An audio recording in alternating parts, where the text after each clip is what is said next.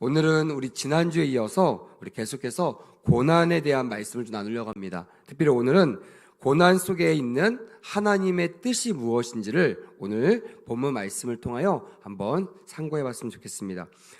먼저 본문이 무슨 내용인지는 다 아실 겁니다. 요한복음 11장은 생명이신 예수님의 놀라운 기적과 권능이 나타나 있는 그런 말씀입니다. 내용은 이렇습니다. 예루살렘 근처 벳세다에 사는 예수님의 친구 나사로가 병이 들었어요. 그리고 그의 누이 마르다와 마리아는 예수님을 떠올렸죠. 예수님 앞에 사람을 보냅니다. 빨리 와서 우리 오빠를 살려주십시오 라고 청합니다.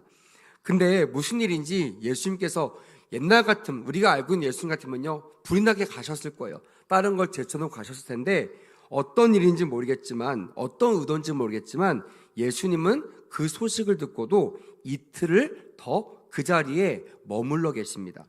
그리고는 제자들에게 이렇게 말씀하시죠. 나사로가 잠들었다. 사실은 이 말은 진짜 자고 있다는 뜻이 아닙니다. 나사로가 죽었음을 예수님은 분명히 알고 계셨고, 뒤에 말씀 보면 나사로가 죽었다라고 예수님께서 말씀하십니다. 하지만 그가 뒤에 이런 말하죠. 내가 가서 그를 깨우겠다. 잠들어 있는 나사로를 깨우겠다.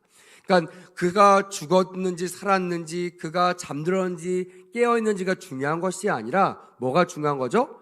주님이 가셔서 깨워주신다는 거예요. 할렐루야. 우린 너무나 환경에 영향을 많이 받습니다. 이 정도 되면 나는 기회가 없는데, 이 정도 되면 나는 소망이 없는데 라고 우리 쪽에서 먼저 소망을 거둬드립니다. 하지만 주님이 이틀 동안 머물러 계신지는, 왜 계셨는지는 정확히 알 수 없지만 예수님은 분명히 빈모한 것을 알고 있었어요.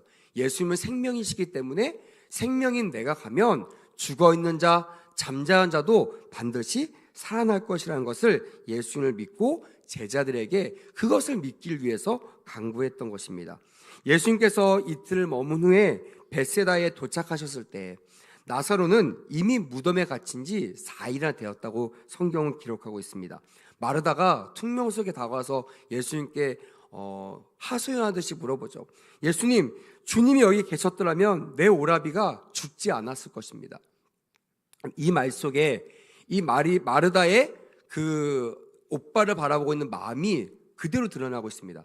마르다는 오빠가 죽었다고 믿고 있어요? 살아날 거라고 믿고 있습니까?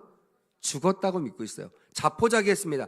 예수님이 아무리 뛰어나도, 예수님이 아무리 능력이 많아도 사흘 정도 된 우리 오라비는 이제 절대로 희망이 없습니다. 냄새가 납니다. 이러면서 예수님 앞에 믿음 없는 소리를 합니다.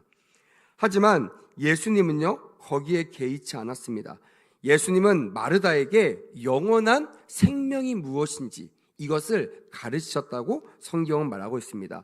이어서 마리아가 와서 예수님 발 앞에 엎드려 통곡하며 웁니다. 마리아와 함께 온 유대인들의 슬플 것인 예수님은요, 그 상황이 슬펐던 것도 아니고 앞에서 우니까 멋쩍어서 함께 울어주자 이런 것도 아닙니다. 사실 실적으로는요, 우리가 상담에서 말하는 공감 능력, 이거로만 표현하기 너무나 부족한 그 모습들을 우리는 알 수 있습니다. 예수님은요, 영원한 생명을 주기 위한, 또한 그 생명 앞에서 그것을 믿지 못하여 울고 있는, 믿음이 없어서 울고 있는 그들을 보며 통곡하며 애통하시며 함께 우셨던 거로 저는 생각이 듭니다. 그래서 예수님은 나사로가 묻힌 그 무덤 앞에 나갑니다. 그냥 슬퍼하고만 있지 않았어요. 자포자기하고만 있지 않았습니다. 예수님은 할 일을 하고 오셨습니다. 여러분, 예수님이 어떤 분이시라고 했습니까? 따라합시다. 생명이신 예수님. 그래요. 우리는 생명이신 예수님을 붙잡아야 될 줄 믿습니다.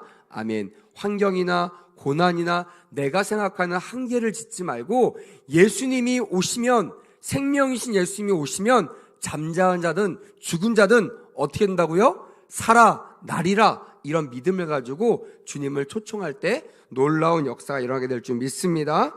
아멘. 예수님은 그들의 믿음을 시험하면서 이 단어를 그들에게 명령하셨습니다. 따라해 보겠습니다.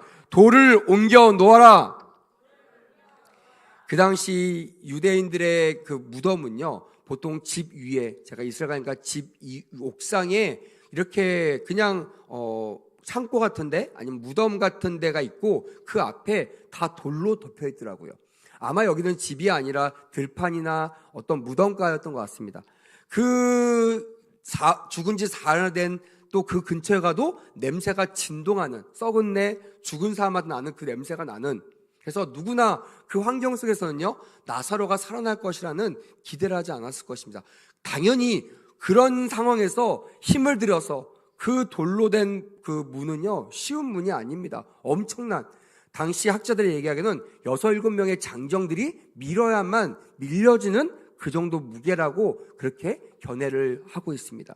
그 정도 무게를 하면 사람들은 살아야 됩니다. 그리고 사람들과 함께 쓸데없는, 그들이 봤을 때는 쓸데없는 짓을 해야 됩니다. 하지만 예수님은 내가 생명이고 생명이신 나와 함께 있으면 죽은 나사로는, 잠자는 나사로는 잠자다가 깨는 것처럼 반드시 살아나리라 라는 믿음을 가지고 그 믿음을 믿는다면 그대로 순종하기를 권했다는 것입니다. 마르다는 시체가 이미 썩어 냄새가 날 것이라고 주저합니다. 하지만 예수님은 내가 믿으면 하나님의 영광을 보리라 하지 아니하느냐. 그냥 보리라 끝난 것이 아니라 예수님께서 뭐를 근거 되셨어요? 자신이 했던 말, 그 말씀, 이 말씀을 항상 우리 가운데 있는지 없는지를 주님은 확인하신다는 거예요. 많은 분들이 기도 가운데 찾아옵니다. 목사님, 왜 기도해도 응답이 안 되죠? 왜 기도해도 제 마음에 확신이 없죠? 제가 물어봅니다. 성도님 안에 말씀, 약속의 말씀이 있습니까? 레마의 말씀을 받으셨습니까? 약속의 말씀, 확신의 말씀을 받고 기도하셨습니까? 되게 당황하더라고요. 그냥 기도 열심히 하면 되는 줄 알았다. 기도하다 보면 하나님의 뜻을 알 줄 알았다. 물론 그렇게 얻을 수 있습니다. 하지만 성경에 나오는 예수님의 시대를, 예수님을 잘 여러분들 연구해 보면요, 예수님은 항상 먼저 답을 말씀하지 않으시고 내가 했던 말을 네가 기억하고 있는지, 너희 안에 내 말, 내 말씀, 율법, 나의 규례가 있는지를 점검하시고 반드시 물어보십니다. 따라합시다. 이 말을 믿고 있느냐? 그리고 믿는다고 하는 자에게 내 믿음대로 될지어다라고 주님께서 말씀하셨다라는 거예요. 할렐루야. 오늘도 물론 반신반의, 그냥 뭐 쓸데없는 짓, 헛수고인지 알지만 예수님께서 말씀하셨기에 그 말씀에 힘입어 그 돌을 옮겼을 때 예수님은 서슴없이 나갑니다. 그리고 돌을 옮겨진 것을 보고 난 후에 우리가 알고 있는 이 이적을 베풀어 주셨다라는 거예요. 주님은 먼저 행하지 않습니다. 반드시 믿음 위에 주님께서 행하시는 것을 깨닫는 귀한 밤이 되었으면 좋겠습니다. 아멘. 작은 믿음이라도, 겨자씨만한 믿음이라도요, 이 산을 들러러 저 어디로 던지라 하면 던져지는 그런 놀라운 역사가 일어나게 될 줄 믿습니다. 아멘. 이 밤 가운데 이 작은 믿음 하나 붙잡으십시오. 그리고 주님의 명령대로 기도하라면 기도하시고요, 할렐루야라고 하면 할렐루야 하시고요, 아멘하라고 하면 아멘하는 은혜가 있기를 주님의 이름으로 축복합니다. 아멘. 그런 사람이 오늘 이 기적을 맛보아 누리게 될 줄 믿습니다. 돌이 옮겨진 것을 보시고요, 예수님은요 하늘을 향하여 기도하셨습니다. 그리고 큰 소리로 따라합시다. 선포하셨습니다. 여러분, 가장 강력한 기도는요 믿음의 기도인데요, 이 믿음의 기도를 좀 잘라보면요 마음으로 믿는 기도가 있고 입으로 시인하는 기도가 있다는 거예요. 여러분, 마음으로 믿어 의에 이르고 입으로 시인할 때 뭐에 이른다고요? 구원에 이른다. 믿으시면 아멘. 하나님께서요 내가 믿는 것이 많은 사람에게 증거가 되기 위하여, 구원의 역사가 되기 위하여 뭘 사용하신다고요? 선포를 사용하신다는 거예요. 그래서 교회에서는요 선포가 일어나야 될 줄 믿습니다. 아멘. 목회자들도 선포해야 됩니다. 성도들도요 선포를 받아야 됩니다. 그게 뭔지 아십니까? 할렐루야와 아멘이에요. 그렇게 될 줄 믿습니다. 이게 나의 선포예요.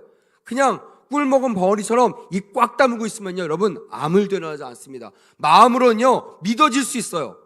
근데요 구원에 이르지가 않아요. 다시 말하면 나만 알지 다른 사람을 알 수 없는 그런 마음으로 항상 아쉬움으로 끝나게 된다는 거예요.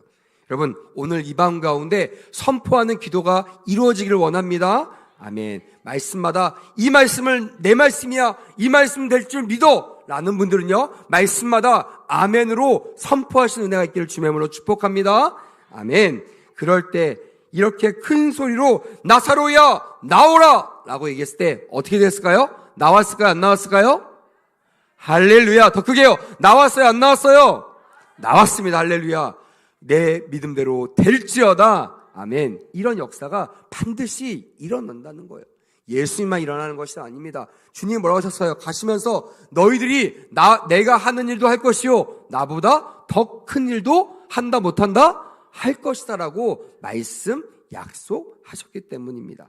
그래서 여러분 이렇게 나사로를 부르니까요, 놀랍게도 죽었던 나사로가 수해를 감은 채 그가 거기에서 이미 뭐 다 하고 살아있는 가운데 짜잔하고 나타난 것이 아니라 죽어있던 금방이라도 죽어있던 수위를 꽁꽁 안고 있던 그가 수위를 풀 새도 없이 주의 명령을 따라 무덤 앞에 걸어 나왔다라는 것입니다.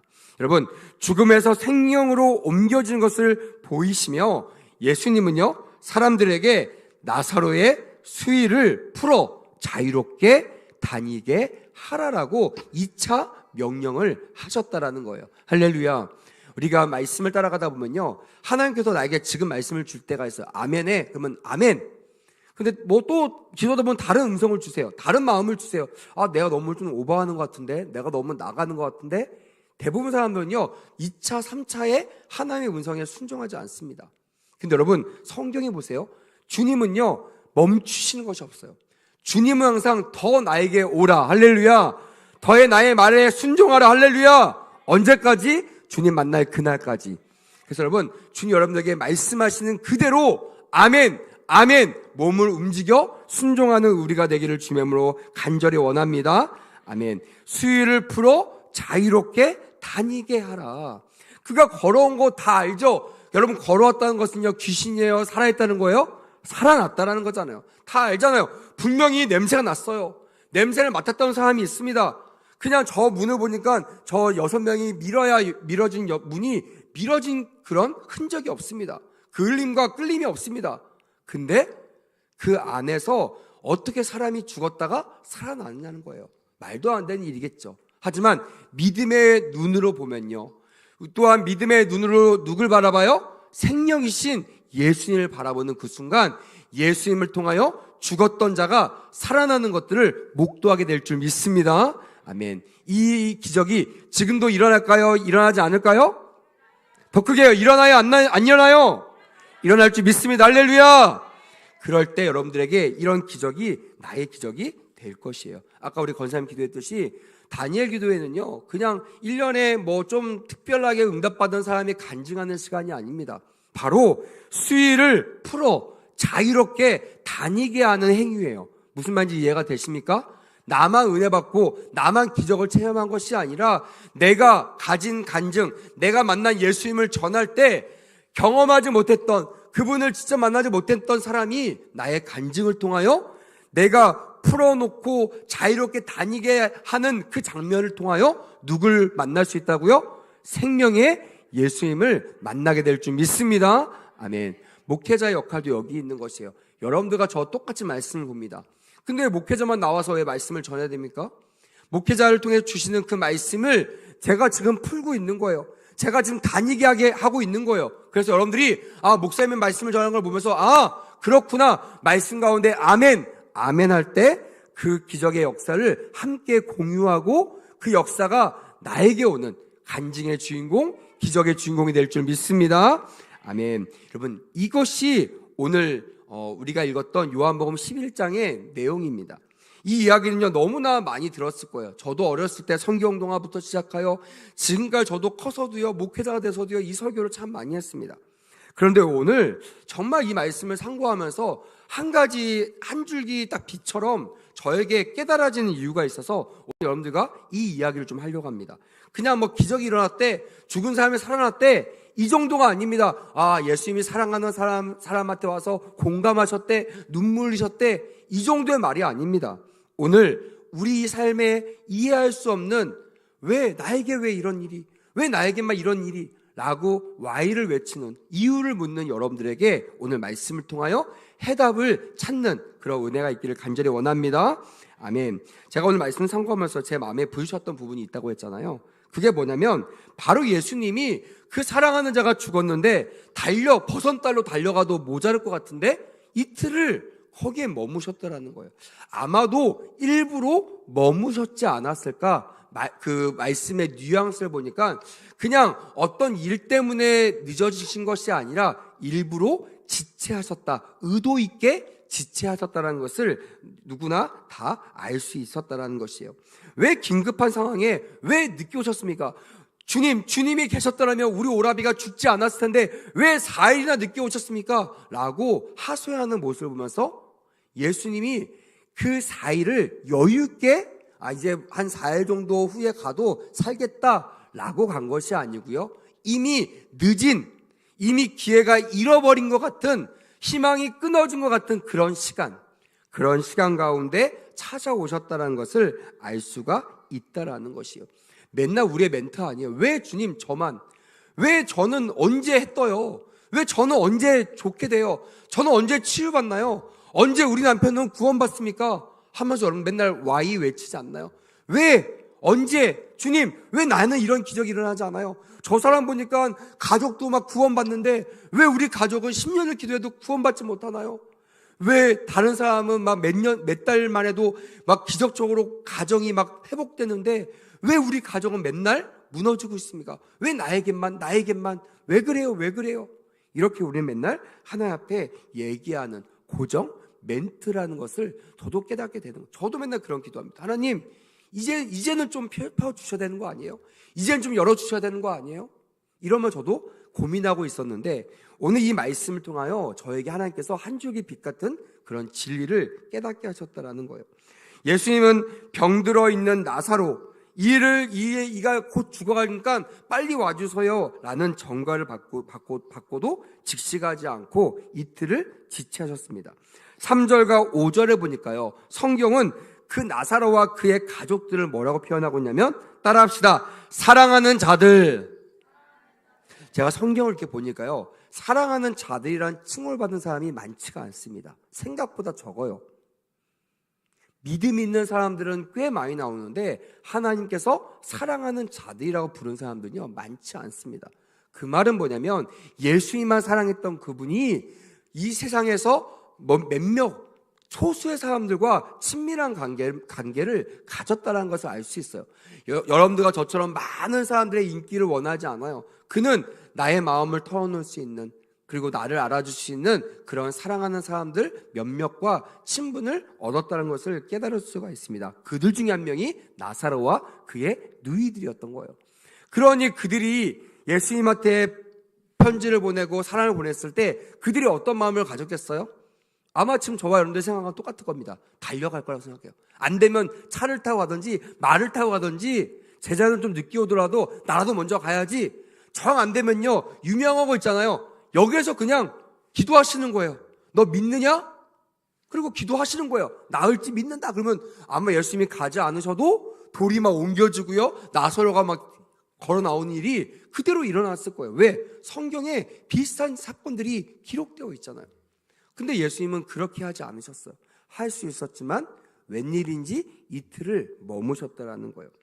왜 그랬을까? 전 여러분들과 이것을 우리가 이해할 수 없는, 왜 주님 나에게 빨리 이런 응답이 오지 않아요? 라고 얘기하는 사람들의 고난, 이 고난이 있는 하나님의 뜻이 무엇인지를 세 가지로 함께 살펴보기 원합니다. 기대가 되셨으면 좋겠습니다. 할렐루야. 첫 번째는요, 죽은 자를 살리시는 하나님의 능력을 보여주기 위해서 이틀을 머무셨다라고 저는 믿습니다. 여러분, 나사로가 어떤 병에 걸린지 아십니까? 아마 모르실 겁니다. 기록되어 있지 않아요. 근데 저도 수많은 주석가들의 이야기를 듣고 설교자들의 이야기를 들었습니다. 저도 너무 궁금하거든요. 그래서 그들은 어떻게 생각했을까? 그들은 뭐라고 생각했을까? 그들이 모두 다 모아져 있는 한 가지 중점적인 단어 하나가 있는데, 그게 뭐냐면 이런 단어를 쓰라고요. 다 어떤 병인지 모르겠지만 나사로의 병은 일반적이지는 않은 병이었을 것이다 라고 얘기하더라고요. 왜냐하면 만약에 일반적인 병 때문에 죽었거나 일반적인 병으로 인하여 고난당한 사람이 치유하였으면요, 성경에 아마 기록되지 못했을 거예요. 성경에 수많은 기적들이 다 기록되어 있나요? 기록되지 않습니다. 특별한 사건들, 정말 남들이 봤을 때는 어메이징한 그런 사건들이 기록되어 있잖아요. 그래서 많은 학자들이나 많은 설교자들이 어떤 병인지 모르겠지만 이 병은 일반적인 병이 아닐 것이다 라고 얘기했다라는 것이에요. 여러분, 모두 알다시피 요한복음 11장 나사로의 사건을요, 이렇게 부릅니다. 요한복음의 7대 표적, 7가지 표적이라고 그렇게 이름을 붙입니다. 여러분, 표적이라는 뜻을 아시나요? 그럼 여러분, 표적과 비슷한 단어를 아십니까? 기적이라는 단어가 있습니다. 그래서 여러분, 오늘 이거 잘 이해하려면요, 표적과 기적의 차이를 우리는 좀 분별해야 됩니다. 여러분, 이 표적은요, 이 기적은요, 영어로 보면 미라클이네, 미라클. 불가사의한 일이라는 뜻입니다. 인간의 힘으로는 절대로 이루어질 수 없는 일. 4일이나 지났어요. 냄새가 나요. 그가 살아나는 거 남들은 뭐라고 얘기해요? 기적이라고 얘기합니다. 하지만 요한복음에 7대 기적이라고 하지 않고 7가지 기적이라고 하지 않고 뭐라고 말했다고요? 요한복음의 7가지 뭐요? 표적이라고 얘기했다라는 거예요. 표적은요, 영어로 사인입니다. 사인. 표시나 징조, 이거를 뜻하는 단어죠. 저는 이 의미를 이렇게 재해석하기를 원합니다. 한번 따라 보겠습니다. 표적이란 의미가 있는 기적이다. 주님은 기적을 너무나 쉽게 일으킬 수 있죠. 주님은 손만 대면요, 또한 주님의 제자의 손수건만 대도 기적이 일어납니다. 그러니 주님이 지나갈 때 얼마나 많은 기적이 일어났겠어요. 근데 그 기적을 다 성경은 기록하지 않아요. 오히려 성경은요, 기적보다 표적에 더 중점을 두고 있는 것이에요. 왜요? 의미가 있기 때문에. 주님께서 왜 이 일을 행하셨을까? 그 말은 뭐냐면 이 일이 이 사람에게만 해당되는 말이 아니라 모든 사람들에게 보편적으로 해당되는 의미라는 것을 주님께서 말씀해주고 싶으신 거예요. 그러니 2000년 전의 이 사건이요, 지금 나에게도 은혜가 되는 것입니다. 믿으시면 아멘, 동의가 되시면 아멘. 2000년 전에 저 사람의 사건이 왜 지금 나에게 믿어지고 깨달아질지, 나에게 왜 은혜가 되는지, 왜 나에게 소망이 되는지, 왜요? 이 표적이기 때문에 그래요. 주님의 의도가 있는 기적이라는 것입니다. 그 말은 뭐냐면 주님이 의도하시면 반드시, 따라합시다, 기적이 일어납니다. 이거는 놀라운 일도 아닙니다. 주님이 하시면요, 당연히 생명이 살아날 정도로 기적이 일어나는 것은 너무나 당연한 일입니다. 하지만 그냥 기적이 아니라 주님이 그렇게 하셨던 의미가 있는 기적, 이 표적을 오늘 우리 이 나사로의 살아나는 이 이야기를 많은 사람들과 주님은 표적이라고 표현하고 있다라는 것입니다. 다시 본론으로 돌아가서요, 예수님은 이틀을 지체하셨다고 했습니다. 그래서 나사로가 살았어요? 죽었어요? 죽었습니다. 남들 다 죽었다고 했어요. 썩은 냄새가 난다고 했습니다. 근데 여러분, 이것이 포인트가 아닙니다. 죽었던 사람이 살아났네? 물론 그것도 너무나 좋은 포인트겠죠. 하지만 오늘 저와 여러분들은요, 그것보다 이 사인, 표적에 더 초점을 맞췄으면 좋겠어요. 왜 그렇게 하셨을까? 왜 바로 가면 죽지 않고도 살아날 수 있었는데 왜 주님은 이틀을 기다리셨다가 또 가는 동안 이틀 걸려서 4일을 허비하신 다음에 4일 동안 무덤에 있는 사람을 끄집어내셨을까? 주님이 과연 이것을 통해서 많은 사람에게 무엇을 말씀하고 싶을까? 여기에 좀 초점을 맞출 때, 왜 여러분들이 이해할 수 없는 고난, 내가 힘들어하는 고난, 주님 언제까지입니까? 라고 알 수 없는 탄식을 멈출 수 있는 놀라운 은혜를 입게 될 줄 믿습니다. 아멘. 제가 묵상하기로는요, 예수님은 죽은 자도 능히 살리실 수 있는 권능자다, 메시아다 라는 것을 나타내기 위하여 이틀을 지체하셨던 것이 분명하다라는 것입니다. 기도 응답이 있지 않습니까? 지체가 됩니까? 아무리 기도해도 응답이 되지 않아요? 왜 이런 일이 일어났을까요? 따라합시다. 의미 있는 기적이 일어나기 위하여. 여러분, 그겁니다. 여러분 삶의 여러분들 이유를 알 수 없을 거예요. 왜냐하면 주님이 그것을 숨기셨으니까요. 하지만 우리는 다 알게 될 것입니다. 사인을 보고요, 징조를 보고요, 그 일이 마침내 일어날 때, 아하, 과연 이 일이 왜 일어났는가? 왜 일이 지금 와서 일어났는가? 왜 일이 이 고난 끝에 겨우겨우 정말 다 포기하고 있는 상황 속에서 왜 일어났는지를 알 수가 있다라는 것입니다. 오늘 이 은혜가 여러분들에게 믿어지고 깨달아지길 주님의 이름으로 소망합니다. 아멘. 왜 우리의 삶 가운데 이런 어려움이 있는가? 이유는 간단합니다. 그로 인해 하나님은요, 더 큰 능력을 나타내시고 드러내시고 더 큰 승리를 우리에게 주시기 위함이라는 거예요. 그리고 그걸 통해서 사람들이 보잖아요. 저 사람 망했는데, 저 사람 약쟁인데, 저 사람 연약한데, 근데 그 사람이 약을 끊어요.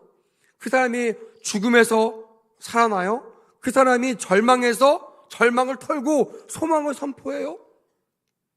망했던 사람이 사장님이 됩니다. 그런 거 보면서 어떤 깨달음을 사람들은 알 수 있을까요? 과연 저 사람 믿는 예수가 진짜 실존하는 것이 아닐까? 나도 그 사람이 말하는 예수님 한번 만나보면 어떨까? 라는 간증을 통하여 믿음의 초청장이 날아가게 된다는 것입니다. 할렐루야. 만약 여러분들 기도가 좀 길어집니까? 기대하십시오. 이야, 주님, 나를 어떻게 얼마나 큰 기적과 역사와 쌓인 이 표적을 나타내시기 위하여 나를 이렇게 기다리게 하십니까? 나를 이렇게 지체하게 하십니까?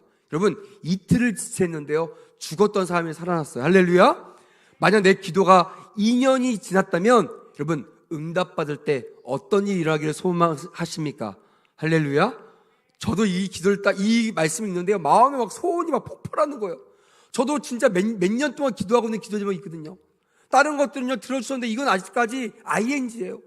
갈수록 저도 막 멘붕에 빠지는 거예요. 주님, 언제까지입니까? 제가 잘못 기도하고 있으면 알려주세요. 포기할게요. 근데 기도하면요, 주님의 뜻은 분명합니다. 더 기도하라는 거예요.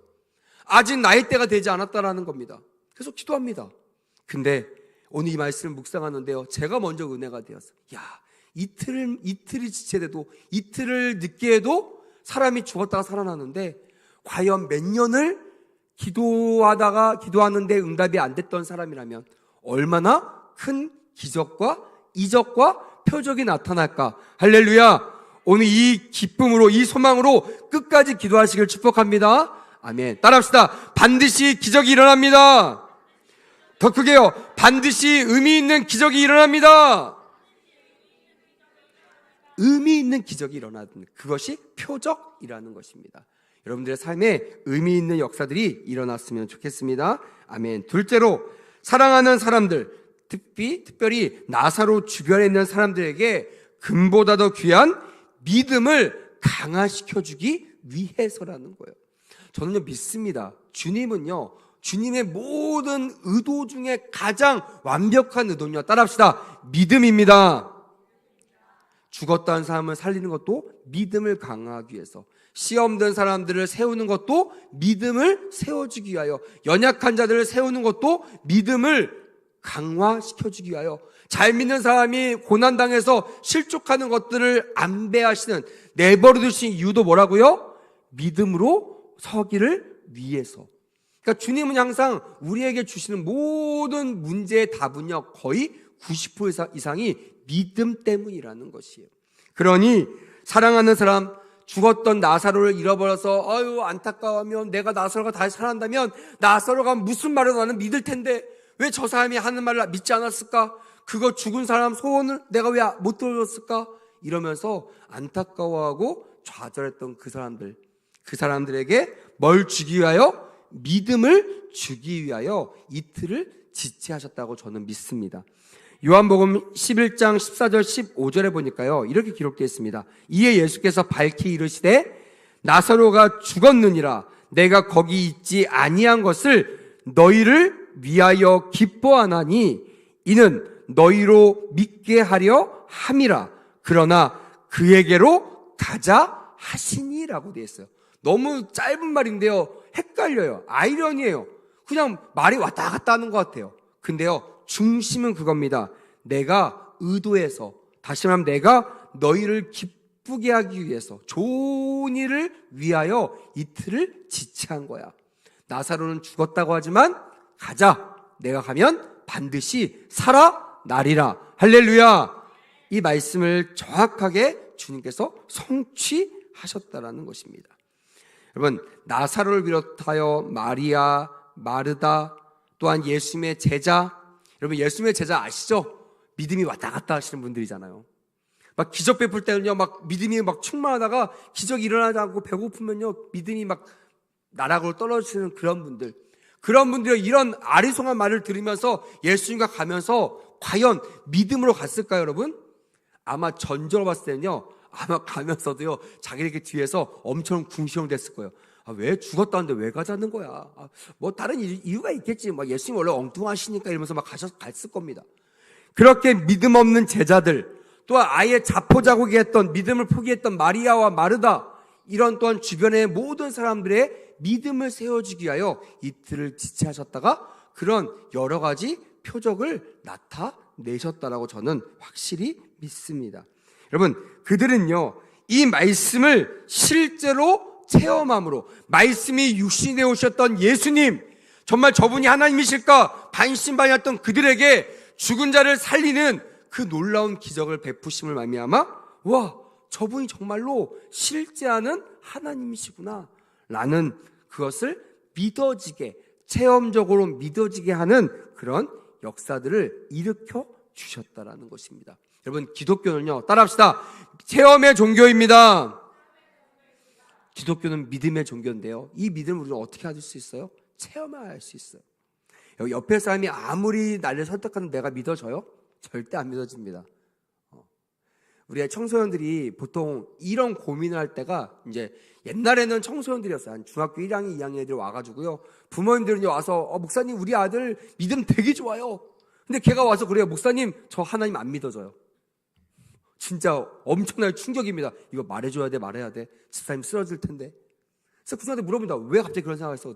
지금 생각한 게 아니라 옛날부터 안 믿어졌는데 이제 와서 커밍아웃 한 거예요. 왜? 그럴 시기입니다. 그동안은 내가 아는 것이 아니라 내가 안다고 믿어왔던 것을 내가 진짜 아느냐 못 믿느냐 믿느냐를 확인하는 시간, 나의 정체성을 확인하는 시간, 그것이 사춘기 시절이잖아요. 그러니까 당연히 그렇게 물어봤다고 저는 믿습니다. 그래서 저는 맨날 얘기해요. 물어봐. 괜찮아. 어떤 엉뚱하도 괜찮아. 물어봐야 돼. 혼자 안 물어보고 믿으면 큰일 나. 혼자 안 물어보고 안 믿으면 큰일 나. 이게 더 위험한 거 아닙니까?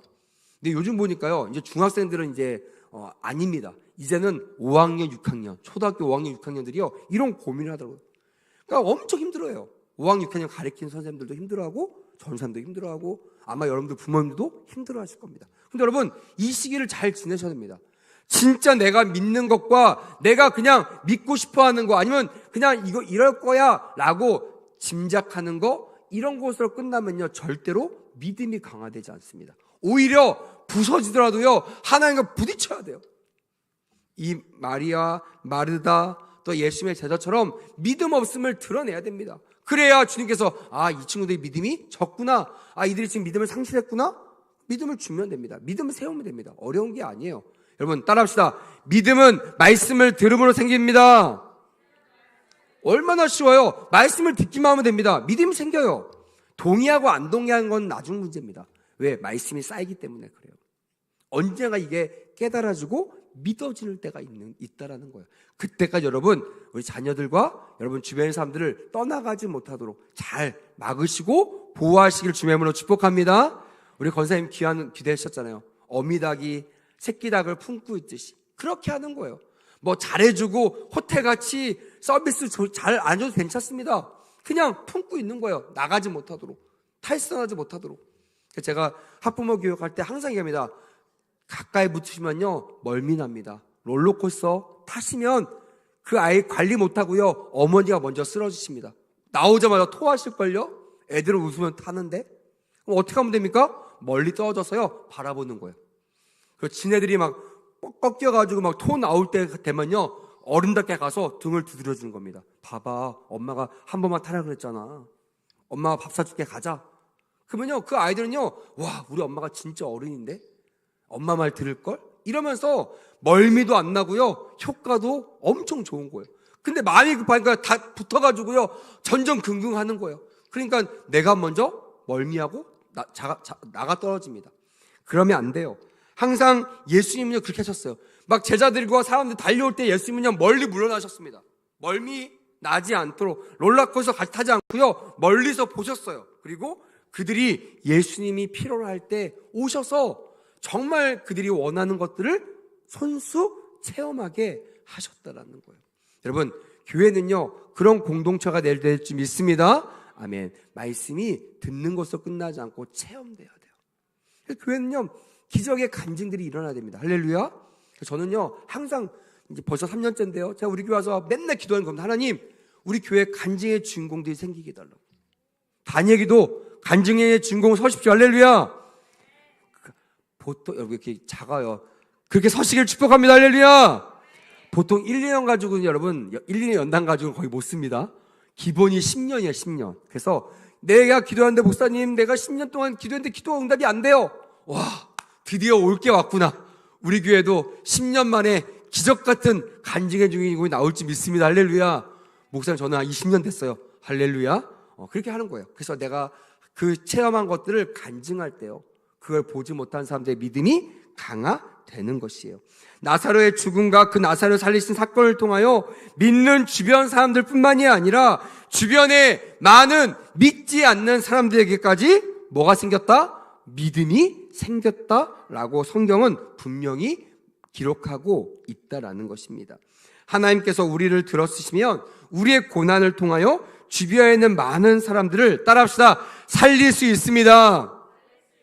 내 간증이 약재료가 된다는 거예요. 얼마나 귀합니까? 그냥 왜 안 돼? 왜 안 돼? 왜 나만 이렇게만 하지 마시고요. 하나님, 얼마나 큰 약으로 나를 쓰시려고, 얼마나 큰 간증의 주인공으로 나를 사용하시려고 나를 이렇게까지 연단하십니까? 그럼 여러분, 한탄보다 한숨보다 지침보다 뭐가 생기는 줄 아세요? 소망이 생기는 거예요. 제가 이번 주 이 말씀을 주면 제가 그랬다니까요. 소망이 생겼어요. 와, 이 기도, 이야, 하나님께서 이루어줄 때 놀라운 역사가 일어나겠구나. 할렐루야. 제가 이루어질 때 간증하겠습니다. 할렐루야. 그런 은혜가 있기를 간절히 원합니다. 아멘. 자, 마지막 세 번째로요. 따라합시다. 믿음의 놀라운 효과를 얻기 위하여. 여러분, 요한복음 11장 45절 이거 한번 말씀 한번 기록되어 있으면 한번 띄워주실래요? 자막. 자, 한번 따라 읽어봅시다. 시작.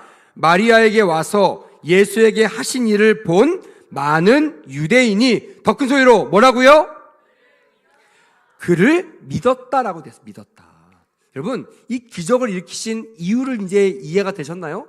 그냥 하신 것이 아니에요. 그냥 게을러서 이틀 늦게 가신 것이 아닙니다. 다 숨은 의도가 있어요. 아, 예수님 다 생각이 있으시구나. 맞아요, 여러분.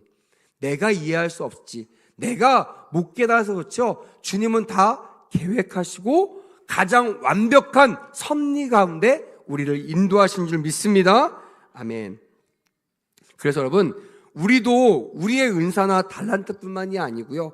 오히려 우리의 고난까지도 하나님 앞에 쓰임받는 존귀와 영광을 올려드리는 귀한 밤이 되어야 될 줄 믿습니다. 아멘. 이 간증만하고 마치려고 합니다. 그 인도의 가장 유명한 선교사라고 하면 윌리엄 캐리라는 그 선교사가 있습니다. 그 사람은요, 자소전을 보면 정말 부지런한 사람이 확실합니다. 그가 그 짧은 시간에 그 인도에 가서 선교한 그 짧은 시간에요, 엄청난 많은 일을 했습니다. 짧은 시간에 타미러 활자 또한 중국어 활자를 그렇게 제작했어요.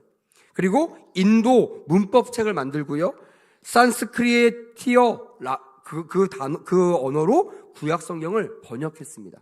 그리고요, 벵갈로 사전 신약 성경을 번역했고요, 텔루구어 이 언어로 문법책을 만드는, 남들은 평생 하나만 해도 잘했다고 하는 그 일들을, 수많은 일들을 짧은 시간 안에 해냈던 선교사 윌리엄 캐리라는 선교사입니다. 근데 그 캐리라는 선교사에게 아주 엄청난 일이 생겼다는 거예요. 1812년 3월 12일 날 그 선교사님의 집에 불이 났습니다. 그래서 간신히 몸만 딱 피해서 나왔는데 그 안에 뭐가 있어요? 아까 제가 얘기했던 이 수많은 업적들이 그 집에 다 있었던 거예요. 그 짧은 시간 정말 잠도 안 자고 쉬지도 않고 내가 이 수많은 것들을 다 해서 사전도 만들고 성경도 번역하고 다 이게 어디 있어요? 내 처소에 있는 거예요. 근데 여기에 뭐가 났다고요? 불이 나버린 거예요. 다 불태워졌어요. 그가 정말 20년 동안 해왔던 그 많은 사역들이 한순간에 잿더미로 변해버린 순간, 많은 사람들이 이 선교사를 위로하기 위하여 예배로 모였습니다. 그리고 선교사한테 믿음의 말씀을 해달라고, 설교를 해달라고 부탁을 했어요. 그때 선교사님이 이 본문을 가지고 이렇게 설교했습니다. 이 본문이 어떤 본문이냐면 로마서 8장 28절 말씀이에요. 다 아시는 말씀입니다. 우리가 알거니와 하나님을 사랑하는 자 곧 그때로 부르심을 입은 자에게는, 따라합시다, 모든 것이 합력하여 선을 이루느니라. 할렐루야. 하나님이 어떻게 하실지 나는 알지 못하지만 내가 믿는 한 가지, 반드시 합력하여 선을 이루실 줄 믿습니다 라는 그 상황 속에서 그런 말씀을 전하여 수많은 사람들이 감동을 받았다라는 거예요. 그리고 이 일을 통하여 어떤 일이 벌어진지 아십니까? 그 소식, 그 설교 말씀들이 막 쪽지나 라디오나 편지를 통해서 많은 사람에게 막 전달됐어요. 아니, 어떻게 이럴 수가 있는가? 20년 동안 했던 사역이 다 무거품됐는데 어떻게 저렇게 하나님께서 합력하여 선을 이루신다는 설교를 할 수 있는가?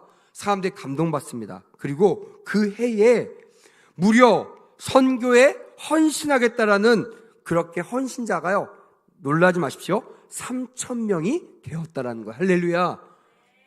아무것도 아닌 것 같아요. 3,000명 놀랍지 않습니까? 근데요, 더 놀라운 건요, 3,000명이 다 헌신한 게 아니라는 거예요. 3,000명이 한다고 했지만 정작 진짜 인도에 가서 사역한 사람은요 500명? 이것도 어마어마하죠. 불과 20년 전만 해도요 수십 명만 20년 동안에 선교 왔는데, 그 왔던 그 첩박같은 인도에요 한 해에 무려 500명의 선교사가 우르르 그 인도 땅을 밟게 되었다는 거예요. 왜요?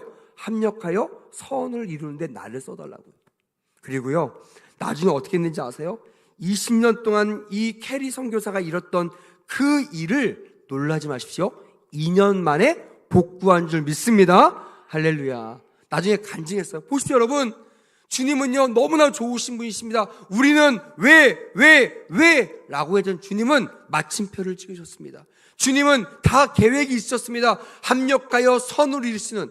그래서 인도에요, 그 당시 때 수많은 선교사들이 인도에 선교를 하고, 그게 인도가 부흥했던 비결이라고 전해지고 있다라는 것입니다. 여러분, 말씀을 맺으려고 합니다. 제가 긴 시간 정말 짧게도 설교하라고 했어요. 하지만 놓지 않고 여러분들에게 좀 말하고 싶은 게 많았기 때문에 조금 길게 설교했습니다. 여러분, 마지막 마무리하면서 이런 말씀을 전하고 싶어요. 성도는요 넘어져도 은혜가 되어야 될 줄 믿습니다. 성도는요 일어나도 은혜가 될 줄 믿습니다. 전진해도 은혜요, 후퇴해도 은혜인 사람, 이 사람이 누구라고요? 성도여야 됩니다. 믿으시면 아멘. 그렇게 하기를 원하시면 아멘. 성도는요 앞으로 가도 은혜, 뒤로 가도 은혜, 자빠져도 은혜, 일어나도 은혜, 복받아도 은혜, 복을 잃어도 은혜. 왜요? 합력하여 선을 이루시는 주님을 믿기 때문이라는 것이에요. 저도 여러분들의 상황을 다 알지 못합니다. 이해할 수 없는 경우도 많아요. 안타까운 소식 전할 때마다 하나님 왜요 할 때가 많습니다.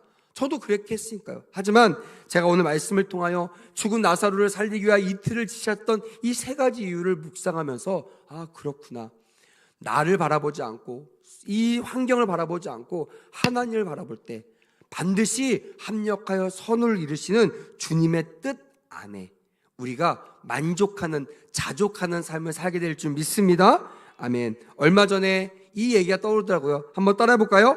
하나님 나라에는 쓰레기통이 없습니다. 무슨 말이에요? 버릴 게 없다라는 거예요. 다 쓰십니다. 할렐루야. 약재로 쓰시고요, 간증으로 쓰십니다. 다 담아두세요. 버리지 마세요. 쓰레기통 비우지 마십시오. 다 담아두셨다가 주님이 이거 가지고 써라, 이거 가지고 약으로 써라, 그럴 때 마음껏 하나님의 영광을 나타내는 우리 모두가 되길 주님의 이름으로 축복합니다. 아멘.